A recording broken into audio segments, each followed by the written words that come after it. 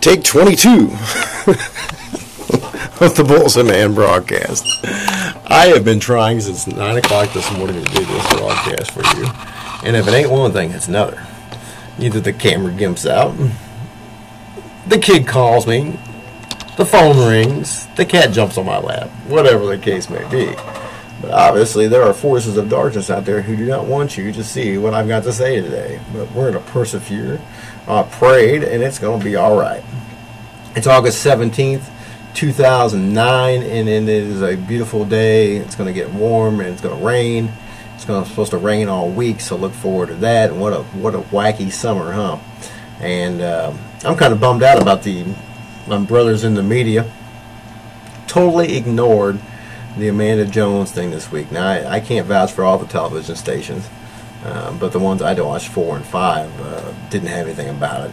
Post-Dispatch hasn't had anything about it. Even the Bleeder, the Jefferson County Leader, in last week's paper, didn't have anything about the disappearance of Amanda Jones. And why is that?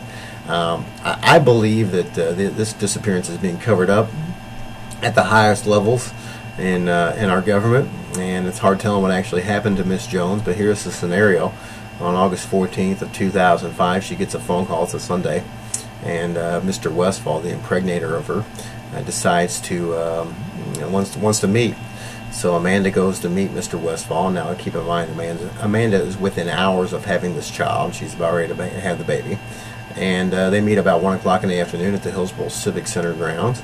And that's where they met in the first place. A very brief relationship. What happened there is Amanda was at a Christmas party.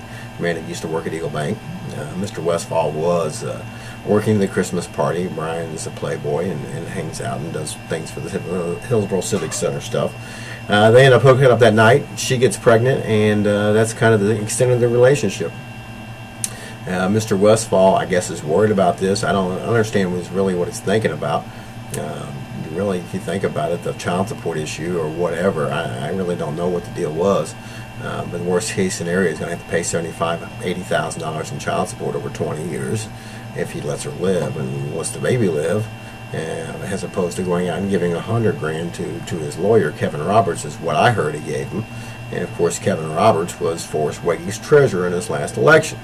So there again, there's a lot of justice and very little justice for the Jones family. Now, I was the first one to come out and basically accuse Mr. Westfall of this crime. I can't necessarily say he murdered her, but I can say that she has disappeared. And I believe he is responsible for that. I did that in March of 2006, again in October of 2006, a couple times in 2007, a couple times in 2008, and now I've actually put it on videotape for all the world to see here in 2009. You know what? I've never heard from Mr. Westfall. I've never heard from his attorney. And that tells me something, folks. You know, when someone accuses me of a crime that I didn't commit, you're going to hear from me, and you might even hear from an attorney if I can find one to hire who would take me on. So we know that there's a lot of monkey business concerning this Amanda Jones thing with the Jefferson County Sheriff's Department, Jefferson County Prosecutor. I've asked the federal boys to look into this, and matter of fact, I was going to try to get in touch with the Assistant U.S. Attorney. Asked the postal inspector to make an arrangement to make me get me an opportunity to meet with him. I meet before a grand jury, and Bruce could not do that. He did try. God bless Bruce and the United States Postal Inspection Service. But shame on you, Mr. Assistant U.S. Attorney.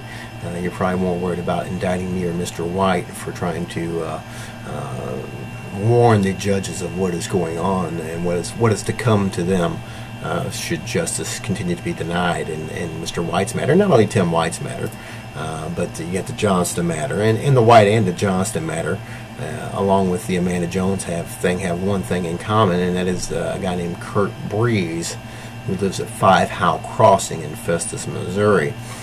Kurt lives in a beautiful $1 million plus house, and of course is the city of Festus's attorney, and cannot even live in the city of Festus despite how much money he has been paid over the years.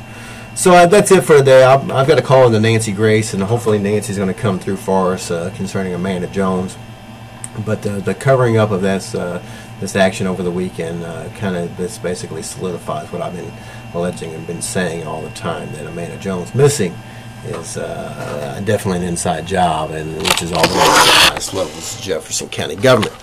Forrest Reggie, Sheriff Glenn Boyer, all you other clowns over there in Jefferson County, you need to resign and quit before the lynch mob forms and comes and removes you. And believe me, that day is coming, folks.